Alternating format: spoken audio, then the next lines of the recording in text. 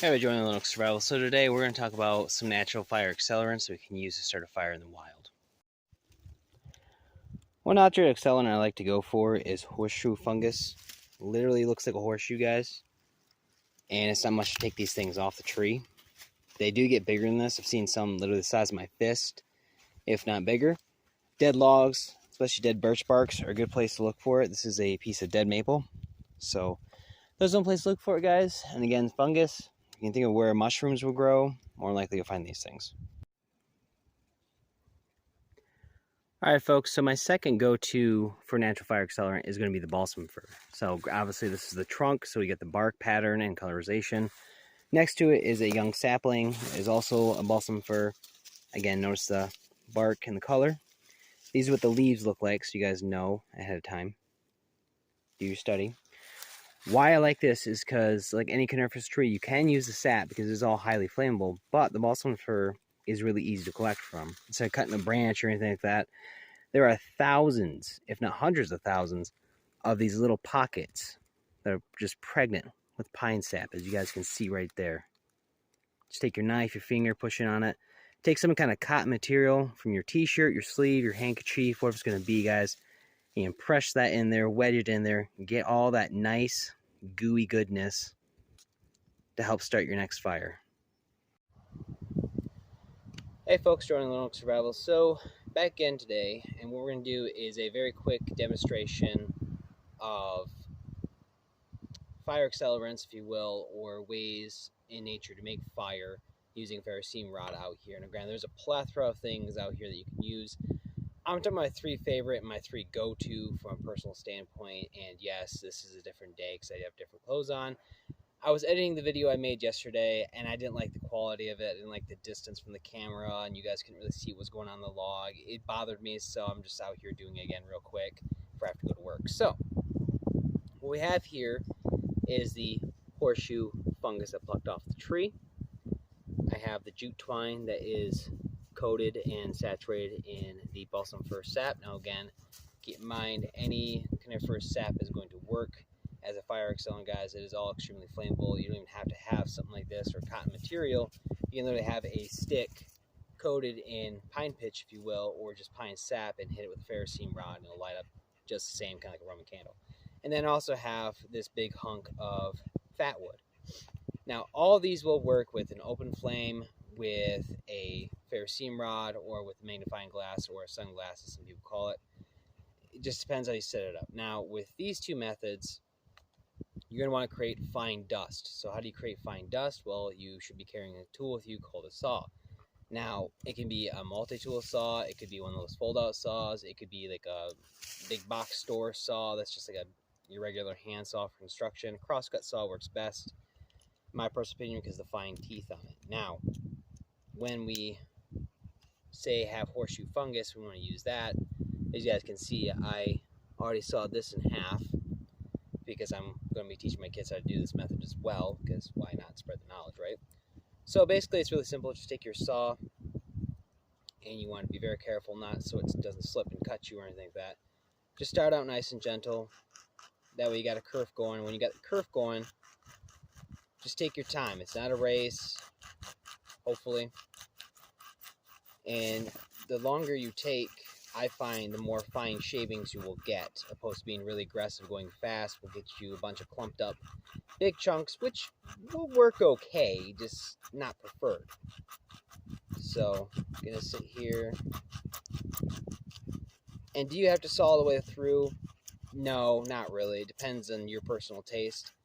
I like to tell people when they're trying this method, if you can get a pile of shavings that's roughly quarter to $50, preferably $50, because more the merrier, the better off you're going to be. So we have that. I'm just going to set this over here to the side. Take my knife. I'm going to scrape up these shavings to where you can see it in the camera more so.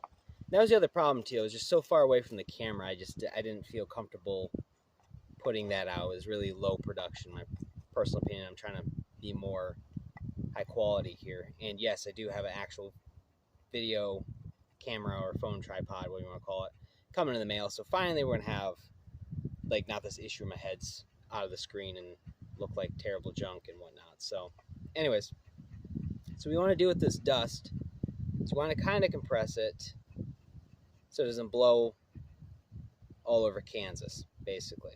But you don't want it so compressed that it's hard to move. Now, on top of that, hold 1 second, I forgot something. Okay, sorry. I forgot to tell you guys, you're going to want to collect this dust, if it's not for demonstration purposes. You want to collect this dust on a green leaf, something that's not going to burn readily through or catch fire readily. So green leaf works the best, because that way you can move your ember from where you started it, preferably next to, if not on, your bird's nest, to where it needs to go, and you're not going to lose it, and you're not going to have to scrape it like I just did, and thus possibly extinguishing your ember. So, very simple process, guys. The biggest trick is getting the spark to hit where you want it to. So that's the biggest trick here. And I always find the simplest methods for this works the best. So,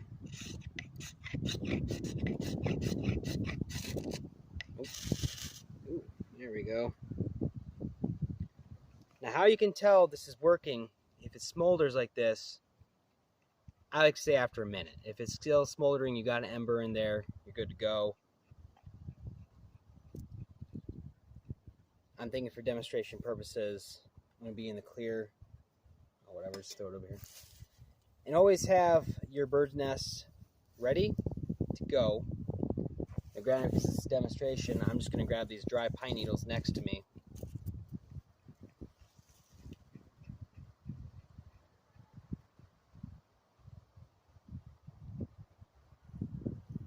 Take this.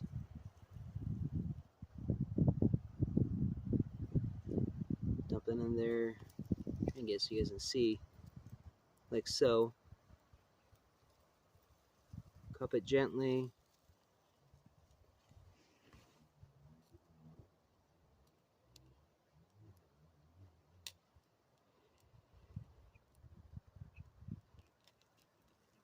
The more smoke you see, the harder you can blow. And just like that. If you don't got matches, you don't got good source of some kind of tinder material, and you just got horseshoe fungus in your area, and you straight off the tree trunk, don't need to dry it, nothing like that, and you guys can obviously, you can start fire. So let me pause this so I can pour water on this. Okay, perfect. So that was horseshoe fungus, guys. Really simple to do. It's really easy to find. Like I said in the video prior, anywhere you're going to find some kind of fungus, like a mushroom, for example, it's more likely going to be there. Dead birches are your best bet, or dead standing maples or maple logs, hardwood, I'll say, is your best bet to find horseshoe fungus. Now, obviously, the jute twine is going to ignite whether it's soaked in sap or not. The only one thing I will point out is not fluffed up. It's just straight out of the cord. It doesn't matter if it's this or some kind of cotton material, let's say like a cotton washcloth, whatever. I would stay away from the cotton polyester blend. I would just stick with the 100% cotton if I were you personally.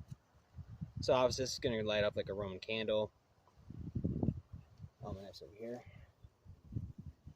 And again, getting the sparks to go where you want. That's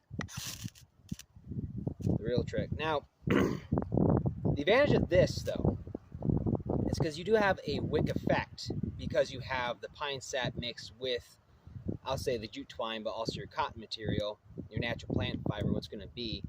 Thus, it will somewhat extend the burn time of this. So if this was, say, cattail fluff mixed with pine sap, it would actually increase the time of that flash tinder, so you can sit there and grab like whatever you're going to use. Again, pine needles and, you know, pencil lead to pencil side to thumb to wrist size fuel. Those are fire that way. Because you guys see as I'm blabbing on, this is still burning even in a, I won't say high wind situation, but it's moderate wind coming out of the north again. So there's that. I'm just going to let that go, guys. I might try to scoot it out of the way. Keep an eye on that too. So, while that's going like that, the last method that I like to use is the, oh, there we go, is the fat wood, excuse me. Had a brain fart there for a second. So what I like to do is take my fat wood, and I will, again, either you can use a leaf underneath of it, you can use a dry piece of bark, something that's just not going to burn right away. so a thick piece of bark. But you sit there with your saw, once again, get a kerf going, and you want to saw until you start getting fine shavings on either side. Now, a tip I'll tell you guys is don't cut it all the way, like most people will do, because you might have little chunks like this, which is okay. You can still use those if you want to. But I like to try to keep everything in one piece, if I can. And then I will start having a cut stick method here, but I will only go halfway to 3/4 through the stick. That way, it helps keep this together instead of a bunch of little loose pieces everywhere in my backpack. How much you want? Again, it's, to me, kind of environment driven, situation dependent, like all things in survival and bushcraft. Is it really windy? Is it really rainy? Is it really snowy? What is it doing outside? You know, these drier but moderately windy conditions, you probably get away with maybe a quarter size. I always like to say a half dollar size for everybody, because you guessed it, the more the merrier, but also increases your odds of this working. So, last cut right here, so you guys don't get bored watching me cut this.